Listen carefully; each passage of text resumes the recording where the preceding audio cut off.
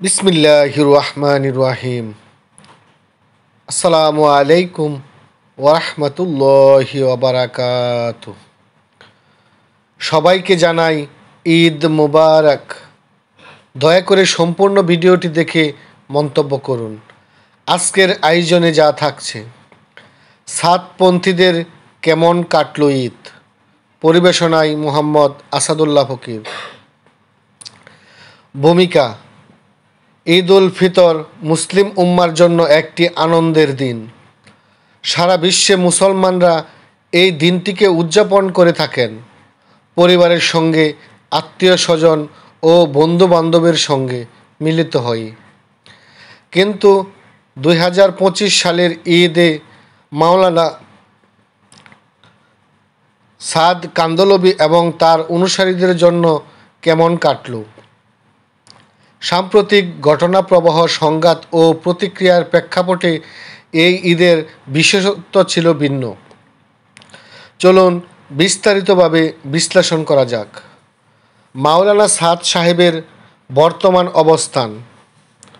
মাওলানা সাদ কান্দলবি বর্তমানে ভারতের নিজামুদ্দিন মারকাজের অবস্থান করেছেন।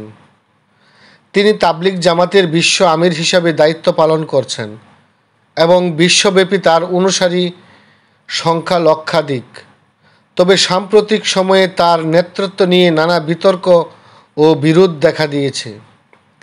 বিশেষ করে বাংলাদেশ, পাকিস্তান ও ভারতের কিছু অঞ্চলে মাওলানা সাদ সাহেবকে নিয়ে নানা প্রকার মন্তব্য ও কুৎসা রটনা করা হচ্ছে, যা ইসলামের জন্য ক্ষতিকর, তাবলিগ জামাতের জন্য একটি অশনি সংকেত। 2025 সালের ঈদে তিনি ভারতে ছিলেন এবং সেখান থেকে তার অনুসারীদের উদ্দেশ্যে বার্তা দিয়েছেন বলে জানা গেছে।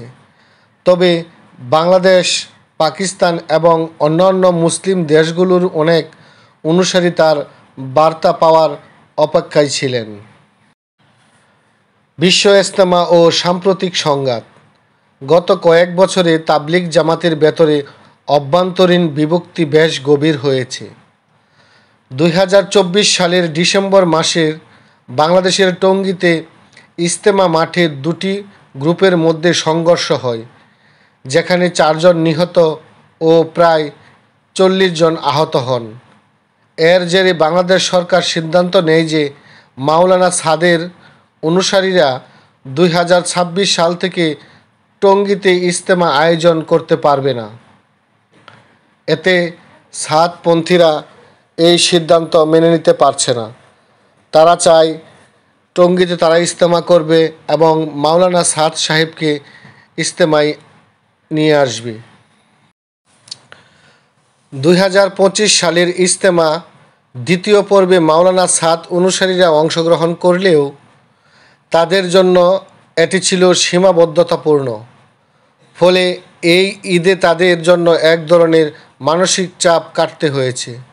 অনেক অনুসারী তাদের নেতা সাদ কান্দলবির সঙ্গে সরাসরি ঈদ উদযাপন করতে চেয়েছিলেন, কিন্তু রাজনৈতিক ও সাংগঠনিক জটিলতার কারণে তা সম্ভব হয়ে ওঠেনি, যা সাদপন্থীদের মনে এক প্রকার বেদনা অনুভব হচ্ছে। ঈদ উদযাপন আনন্দ নাকি বিষাদের ছায়া? মাওলানা সাদ সাহেব সাধারণত নিজামুদ্দিন মারকাজে ঈদ উল ফিতরের নামাজ আদায় করেন এবং সেখান থেকে তার অনুসারীদের উদ্দেশ্যে দাওয়াতি বার্তা দেন। 2025 সালের ঈদেও এর ব্যতিক্রম হয়নি। তবে তার অনুসারীরা বাংলাদেশ, ভারত ও পাকিস্তান কীভাবে ঈদ উদযাপন করলেন সেটিও গুরুত্বপূর্ণ। বাংলাদেশের পরিস্থিতি। বাংলাদেশের সাদ সাহেবের অনুসারীরা মূলত নিজেদের পৃথক জামাতের মাধ্যমে ঈদের নামাজ আদায় করেছেন। বিভিন্ন জেলায় তাদের ঈদগাহে কিছুটা নিরাপত্তা জোরদার করা হয়েছিল, যাতে কোনো ধরনের সংঘর্ষ বা বিশৃঙ্খলা না ঘটে।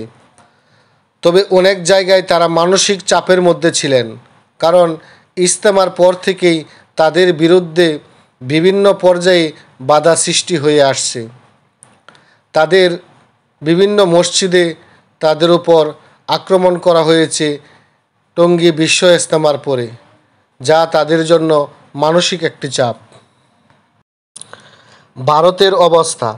ভারতে সাদ সাহেব নিজামুদ্দিন মার্কাজে ঈদ উল ফিতরের নামাজ আদায় করেছেন এবং সেখানে তার অনুসারীরা স্বাভাবিকভাবেই একত্রিত হয়েছেন। তবে তিনি ব্যক্তিগতভাবে কোনো প্রকার বড় সমাবেশ বা বক্তৃতার আয়োজন করেননি বলে জানা গেছে। পাকিস্তানের পরিস্থিতি।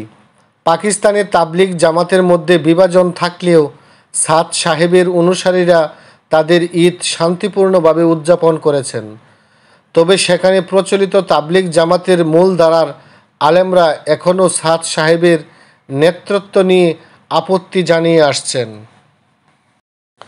রাজনৈতিক ও সামাজিক প্রতিক্রিয়া। এই ঈদে মাওলানা সাদ সাহেবের অনুসারীদের প্রতিক্রিয়া খুবই গুরুত্বপূর্ণ ছিল। বাংলাদেশের ধর্মীয় মহল, সরকার ও সাধারণ জনগণ কীভাবে এই ঈদকে দেখেছেন। সরকারের অবস্থান। বাংলাদেশ সরকার ইজতেমার সময় যে সিদ্ধান্ত নিয়েছে তা বহাল রেখেছে এবং ঈদ উপলক্ষে কোনো নতুন ঘোষণা দেওয়া হয়নি। উলামা সমাজের প্রতিক্রিয়া। মূল ধারার তাবলিগ জামাতের অনেক শূরা সদস্য এখনও সাদ সাহেবের নেতৃত্বকে প্রশ্নবিদ্ধ মনে করেন। তবে তারা ঈদ উল ফিতর উপলক্ষে কোনো প্রকার প্রকাশ্য বিবৃতি দেননি। সাধারণ জনগণের দৃষ্টিভঙ্গি। তাবলিগ জামাতের সাধারণ অনুসারীরা চাইছেন যে এই বিভক্তি দূর হোক এবং সবাই একত্রে দাওয়াতি কাজ চালিয়ে যাক, যা ইসলাম ও সমাজের জন্য অনেক উপকারী। ভবিষ্যৎ সম্ভাবনা। 2025 সালের ঈদ মাওলানা সাদ সাহেব এবং তার অনুসারীদের জন্য শান্তিপূর্ণভাবে কেটেছে, তবে তাদের ভবিষ্যৎ নিয়ে নানা প্রকার প্রশ্ন রয়ে গেছে। 2026 সালের ইজতেমা। যেহেতু বাংলাদেশ সরকার ইতিমধ্যেই সিদ্ধান্ত নিয়েছে যে মাওলানা সাদের অনুসারীরা 2026 সালের পর থেকে টঙ্গীতে ইজতেমা করতে পারবে না, তাই সামনে আরও চ্যালেঞ্জ আসতে পারে। আন্তর্জাতিক পর্যায়ে তাবলিগ জামাত। ভারতে, পাকিস্তানে এবং মধ্যপ্রাচ্যের কিছু দেশে মাওলানা সাদের অবস্থান হবে সেটি আলোচনার বিষয়। তার দাওয়াতি কার্যক্রম। সাদ সাহেবের নেতৃত্বে তাবলিগ জামাত কীভাবে দাওয়াতি কাজ পরিচালনা করবে সেটিও ভবিষ্যতের জন্য গুরুত্বপূর্ণ বিষয়। উপসংহার। 2025 সালের ঈদে মাওলানা সাদ সাহেবের জন্য একদিকে শান্তিপূর্ণ হলেও অন্যদিকে তার অনুসারীদের জন্য নানা চ্যালেঞ্জের সম্মুখীন ছিল। রাজনৈতিক, সামাজিক ও ধর্মীয় নানা দ্বন্দ্বের মধ্যে তারা তাদের ঈদ উদযাপন করেছেন। তবে ভবিষ্যতে তাবলিগ জামাতের ভেতরে বিভাজন দূর হবে কি না সেটাই এখন মূল প্রশ্ন। সকলে ভালো থাকুন, সুস্থ থাকুন। আমার চ্যানেলটি সাবস্ক্রাইব করে আপনাদের পাশে থাকার সুযোগ করে দিন। আল্লাহ হাফেজ। আসসালামু আলাইকুম ওয়া রাহমাতুল্লাহি ওয়া বারাকাতুহু।